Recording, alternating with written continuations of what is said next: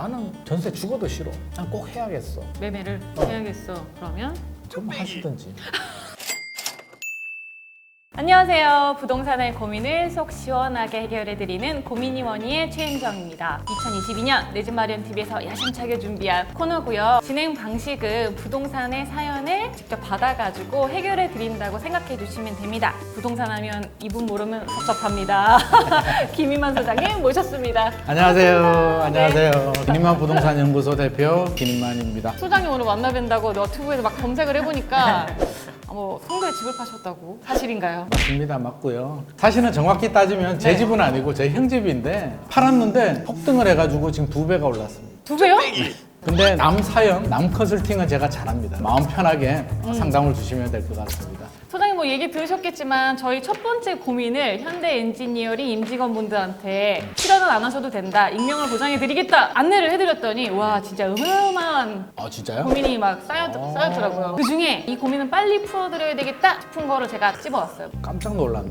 그쵸? 내가 그렇게 인기 있나 싶어가지고. 그러니까 인기 좀 있으시더라고요, 저보다 더. 사실 공짜라서 그런 거 아닐까? 저한테 상담 받으려면 비싸거든요. 아, 이런 그건 그래요. 기회에 그건 하시면 그래요. 굉장히 좋은 기회입니다. 자, 그래서- 첫 번째부터 가죠. 네, 첫 번째 사연입니다. 저는 결혼을 1년 앞두고 있는 30대 초반 예비신랑입니다. 신혼집을 구해야 하는데 여자친구는 양재에서 자취를 하고 있고 저는 수원 광교에서 출퇴근을 하고 있습니다. 가용할 수 있는 현금이 부모님이 한 2억 정도 보태주셔가지고 3억 5천에서 4억 5천 사이라고 합니다. 네 가지 중 어떤 선택지가 가장 나을까요? 첫 번째, 경기도에 어느 정도 브랜드가 있는 아파트를 매매한다. 두 번째, 서울 3호선 라인을 전세를 구한다. 세 번째, 양재 쪽에 있는 빌라를 매매한다. 네 번째, 다른 방안은? 질문을 듣고요. 제가 약간 한숨을 쉬었는데 왜요? 좀 안타까운 마음에 어떤 게 안타까우실까요? 곧 결혼하시다고 하니까 아. 왠지 좀 짠한 안타까운 마음이 들었어요. 결혼은 미친 짓이다? 자, 이분을 한번 생각해 보자고요. 이제 7억, 8억대 정도로 사야 돼요. 그쵸. 그것도 대출을 한 3, 4억 받아야 그쵸. 돼요. 그 적지 않아요. 금리 올라가면 그것도 부담될 수 그쵸. 있는데 그러면 현실적으로 서울에서는 조금 쉽지 않은 선택이 될 것 같아요. 서울에서 8억 정도로 전용 59, 우리 옛날 25평 아파트 네네네. 정도 사기가 만만하지 않아요. 그쵸, 요즘 서울 실제로 다 찾아보면 10억 이상이잖아요. 없어요. 진짜 나홀로 아파트, 오래된 나홀로 아파트 어떻게 네. 찾아야 되는데 결혼하겠다는 배우자가 그게 과연 마음에 들어 할까? 오히려 부작용이 생길 수도 있어. 나중에 안 오르면 어떡할 거야? 네. 밥도 못 얻어 먹단 말이야. 진짜 우겨가지고 그거 샀다가. 이분 입장에서는 현실적으로 쉽지 않더라고요. 그래서 네. 제가 찾아보니까 용인 정도? 그러니까 용인. 신분당선 라인 양재로 가야 되니까 용인으로. 그나마 선택지를 할 수 있다면 용인의 수지구청역이나 뭐 이쪽에 보면 네. 9단지, 상록 7단지, 초인마을 뭐 이런 아파트들이 있어요. 자, 이걸 선택하는 방법이 하나가 있고요. 빌라 말씀하셨는데요. 세 번째. 네. 저는 빌라는 좀 반대하는 입장입니다. 빌라는 반대예요. 왜냐하면 빌라도 종류가 여러 가지 있는데 네. 서울 같은 경우는 이제 정비 사업들, 재건축 그렇죠. 재개발, 방제동에 과연 재개발이 될까에 대해서는 저는 약간 좀 회의적인 물음표. 반응이 있고요. 네. 그렇죠? 그리고 또 약간 차이가 있어. 제가 빌라를 무시하는 건 아닌데 신혼부부라고 하니까 전세 거주하시는 건 아무런 문제가 없어요. 근데 매매를 하게 되면 아파트는 10년 지나도 우리 새 아파트라고 하잖아요. 뭐 5년, 7년 돼도 새 그렇죠, 아파트다. 그렇죠. 빌라는 한 3년 넘어가면 신축이라는 말을 잘 안 써요. 그래요? 아파트하고 좀 달라요. 왜? 주변에 진입 장벽이 낮아. 아파트 지으려면 일이 많잖아요. 그렇죠. 토지 확보도 쉽지 않고, 뭐 인허가 받기도 쉽지 않고, 그렇죠? 모집 공고도 내야 되고. 빌라는 단독 주택 같은 거 한 개, 두 개 사가지고 그냥 지어버리거든요. 건축업자들이 짓기가 쉽기 때문에 진입 장벽이 낮아. 주변에 신축 건물들이 언제든지 쉽게 들어온단 말이에요. 그러다 보니까 나는 지금은 신축인데 3년, 5년 지나서 팔려고 하면 그 주변의 신축 가격을 못 따라가. 그리고 차이가 아파트보다 많이 나요. 그리고 실제로 황금성도 쫙 떨어지는 부분이 있고 나는 전세 죽어도 싫어. 난 꼭 해야겠어. 매매를 해야겠어. 그러면? 좀 하시든지. 그건 제가 말릴 수, 주인생인데 뭐 그건 내가 말릴 수는 없잖아. 그렇죠. 아니 사실 빌라 매매를 비추천하신다고 하니까 아파트 요즘 가격이 너무 많이 올라가지고 규제 없는 오피스텔로 굉장히 요즘 많이 많이 하죠. 넘어가고 또 오피스텔도 가격이 오르니까 빌라도 굉장히 많이 최근에 가격이 우리 2030 세대들이 그쵸. 이제 빌라 많이 샀거든요. 그거라도 있어야겠다. 아, 맞아요, 맞아요. 그래서 저도 저는 그 그게 생각이 너무 들었어요. 마음이 아픈 거야. 빌라를 사게 되면 주택이 돼요. 유주택. 생애 최초 기회 날려버리게 되고요. 집이 하나 있어 유주택이면 추천 물량만 되는데 진짜 몇 개 안 되는 추천 85제곱미터 이하는 거의 안 나오고 아, 초과는 그래요? 나오는데 추천 물량에 당첨이 되려면 제가 팁을 하나 드릴까요? 추천 물량 저거 잘 되는 얘기해요. 방법? 뭐예요? 한 68번 청약하면 될 수도 있어요. 추천 물량 어렵거든요. 그래서 저는 또 앞으로 가야 기회가 많잖아요. 그러니까 나이 많으신 분들 한 50대 이상, 네. 60대, 70대 되시는 분들은 괜찮아. 차라리. 근데 지금 20대, 30대들 창창하잖아. 10년에 청약 한 번씩만 해도 앞으로 5번 정도 기회가 남아있잖아. 좋은 기회들이. 10년 주기설로 본다면.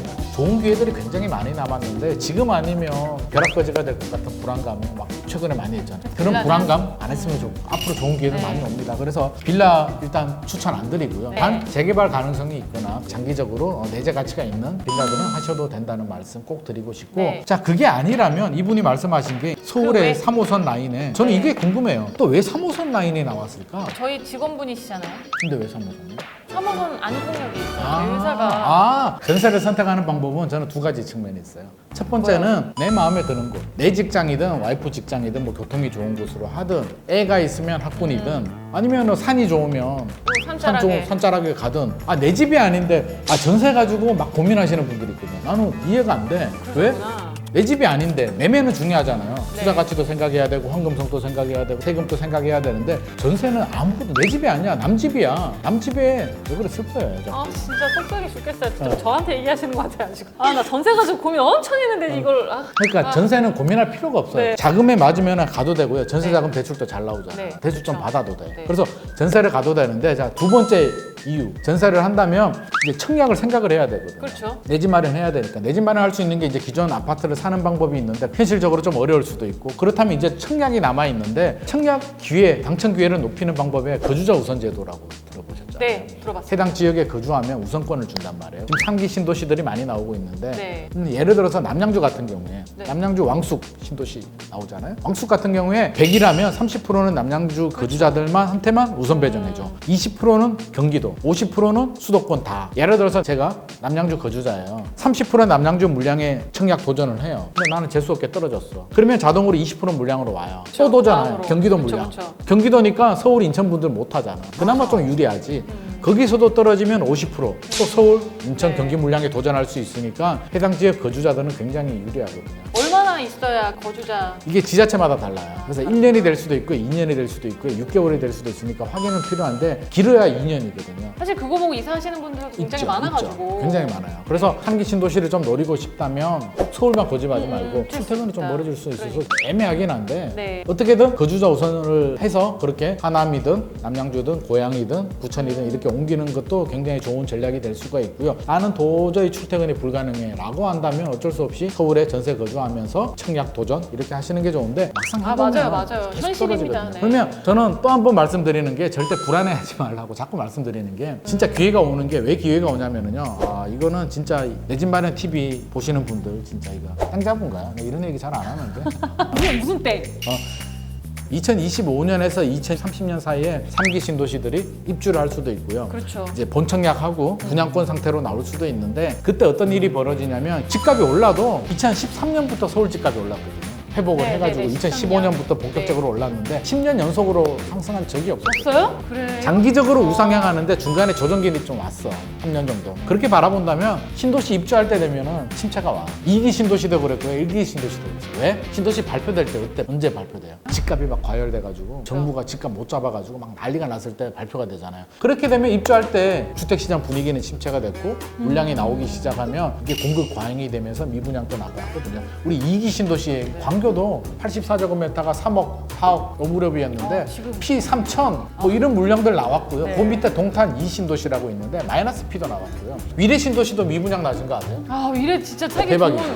네. 그 기회가 올 수 있단 말이에요. 네. 왜? 저는 3기 신도시도 2025년에서 2030년 사이에 반드시 그렇게 와요. 그러면 의외로 청약 경쟁률도 굉장히 낮게 나오고요. 그때 되면 정부가 전매 제한 풀어줄 수도 네네네. 있거든요. 그러면 물량들도 많이 나오기 때문에 그때까지도 내 집 마련 못 하시는 분들은 그때 좋은 기회들 잡으셔도 충분하기 때문에 제발 너무 불안해가지고 신용 대출 받아서 연끌해가지고 네. 막 그렇게는 하지 마시고 기다리면 네. 내 집 마련 기회가 오기 때문에 충분히 준비를 하면 좋을 것 같고요. 이분 같은 경우는 이제 정리를 하면 우선은- 일단 양재동 빌라는 저는 추천 안 하는 비추. 매매를 하려고 하면 신분당선 라인으로 해서 네. 용인 쪽에 아까 네. 제가 말씀하신 그런 아파트들 7억 8억대 정도 한 20평대 아파트를 하셔도 좋을 것 같고요. 그 방법이 싫다라고 한다면 전세를 거주하면서 다음 기회를 봐야 되는데 3호선 살기는 편하지. 직장하고 배우자 양재 그러니까. 편하니까 전세 거주하셔도 되는데 청약 기회는 조금 얻기는 어려울 수는 있어요. 그렇다면 이분 같은 경우는 맞벌이잖아요. 열심히 그렇죠. 돈 모아서 종잣돈을 조금 더 만들어야 돼. 네, 부모님 네. 2억은 일단 키핑 해두고 네. 부모님이 안 주면 어떡하지?